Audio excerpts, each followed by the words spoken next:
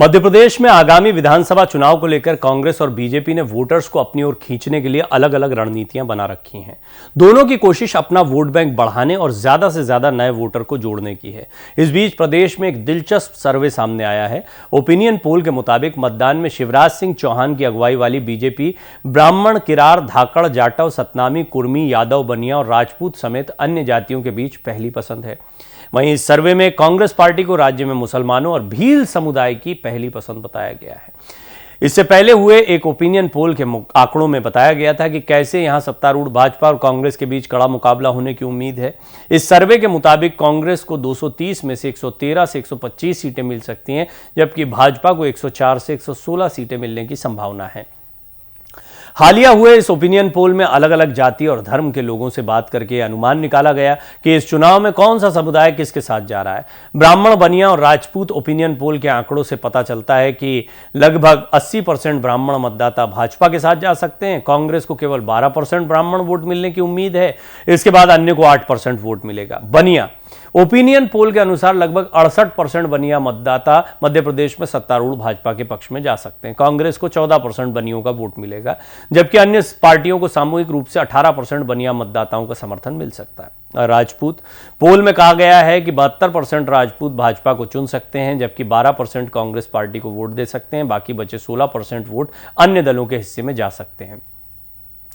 Kurmi exit poll के अनुसार लगभग 54% कुर्मी मतदाता भाजपा को वोट दे सकते हैं। इसके बाद 41% कांग्रेस को और 5% अन्य राजनीतिक दलों को दे सकते हैं। यादव मध्य प्रदेश में लगभग 47% यादव मतदाता भाजपा को वोट दे सकते हैं, जबकि 35% यादव वोट कांग्रेस के फेवर में पड़ सकते हैं। इसके अलावा 18% मतदाता किसी तीसरे को वोट दे सकते हैं। अब आइए सबसे बड़ा फैक्टर, अभी तक सबके परसेंट जातियों के आधार पर आपने देखे, लेकिन सबसे ज्यादा हैं कौन, और इसको लेकर बहस जारी है। कोई औपचारिक आंकड़े नहीं है, लेकिन बिहार ने जैसे आंकड़े दिए उसमें ओबीसी और अति पिछड़ा, ये दो बड़े ही महत्वपूर्ण वर्ग हैं और इससे ये पता लगता है कि ज्यादातर आबादी यही है। अभी लड़ाई भी इसी पर चल रही है, तो इनकी भी बात कर लेते हैं कि ओबीसी किसके साथ हैं। ओपिनियन पोल के मुताबिक मध्य प्रदेश में 56% ओबीसी मतदाता बीजेपी को वोट दे सकते हैं और 32% कांग्रेस को चुन सकते हैं। इसके बाद बचा हुआ 12% ओबीसी वोट अन्य पार्टियों के खाते में जा सकता है।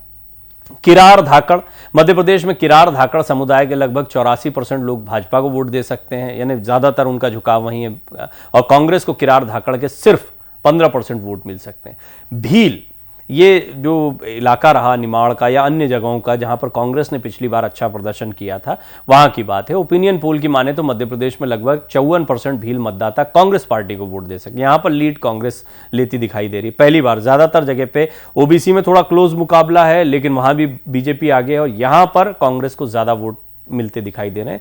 पहली एक वर्ग आया है जिससे वोटर कांग्रेस की तरफ ज्यादा झुकाव रखते हैं इस ओपिनियन पोल के मुताबिक, जबकि भाजपा को केवल 35% भी लोगों का समर्थन मिल सकता है। अन्य राजनीतिक दलों को इस वोटर से करीब 11% वोट मिलने का अनुमान है। जाटव सतनामी ओपिनियन पोल कहता है कि जाटव सतनामी मतदाता भाजपा और कांग्रेस के बीच बटे हुए हैं।